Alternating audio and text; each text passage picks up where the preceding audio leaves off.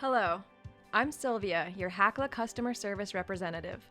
In this video, I'll show you how to use the My Housing website to complete your recertification. We'll go over starting your recertification, filling out the forms, attaching files, and completing recertification. Let's get started.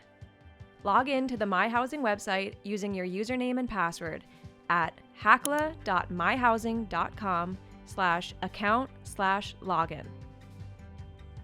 You can use your computer or smartphone. You can also visit one of our kiosks if you need help or don't have internet access.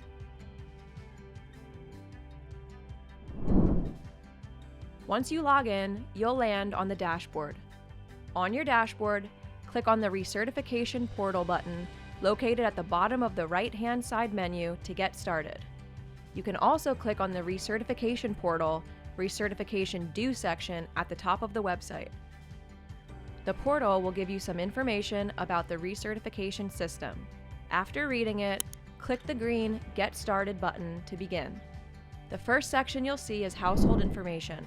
This is where you will verify, add, or remove household members as needed. This section is also listed as Your Family on the top bar.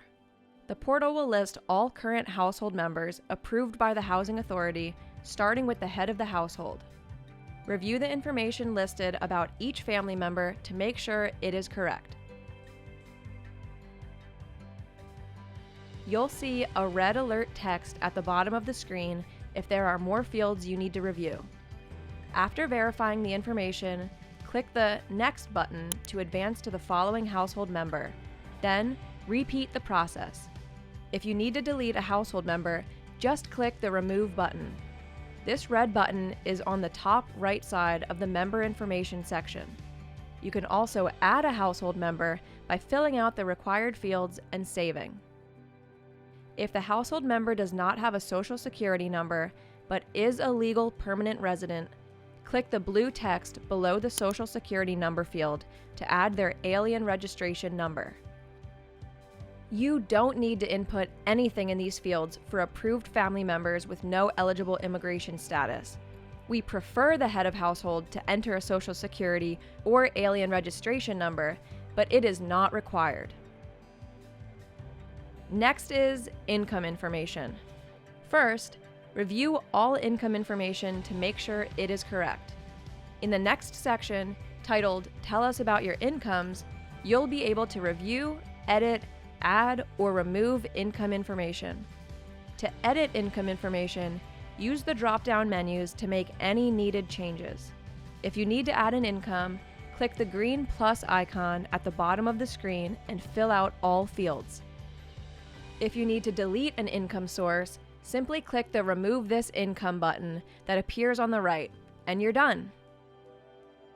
Once the income section has been completed, you may proceed to the next step. Your assets. In this section, you can review, add, or remove asset information. To add an asset source, simply click the green plus icon at the bottom of the screen and fill out the fields.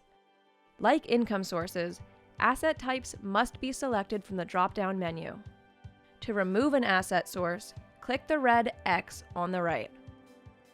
When you're done with the Assets section, it's time to review, add, or remove your expenses. There are only 3 valid expenses: childcare expenses for children 12 years of age or younger, care attendant or service animal expenses required to go to work or school for household members with disabilities. Medical expenses for the next 12 months that are not covered by insurance, such as Medicare or Medicaid, are allowed for elderly or disabled household members. Please review all your existing expenses.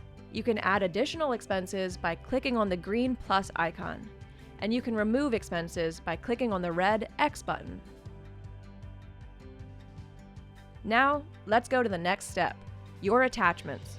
This is one of the most important parts of the process and lets you upload important documents like your proof of identification, Social Security or green cards, and supporting documents requested by your advisor.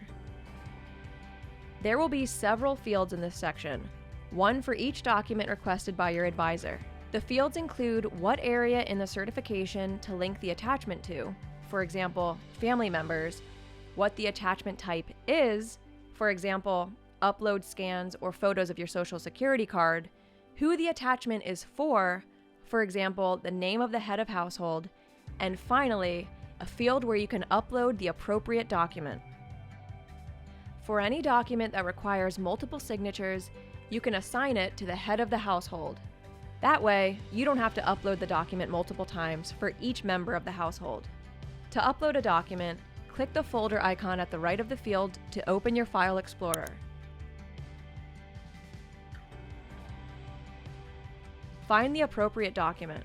This can be a PDF, a Microsoft Word document, or a smartphone photo of the file you want to upload. Select the document from your File Explorer and click Open. You will see the document's name in the field. Click the green Upload button. This will transmit and save the file. Repeat this process until you have attached all required documents.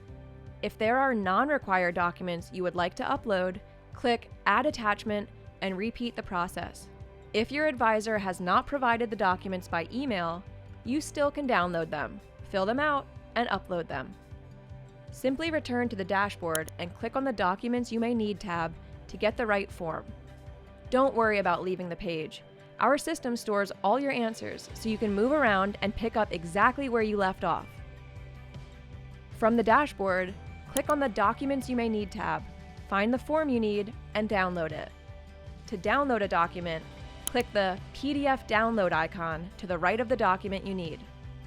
The forms you are required to submit are Criminal Background Check Authorization, Form HAP 13, Section 8 Family Obligations, Form HAP 149, Authorization to Release Information, HUD Form 9886, Release of Confidential Information, Form RE-DPSS,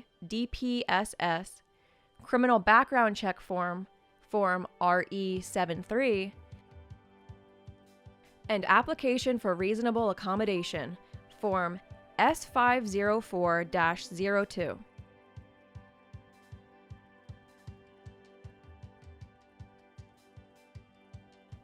To return to the recertification, simply click the Recertification Portal button on the dashboard, and you'll be returned to the last place you were in the process.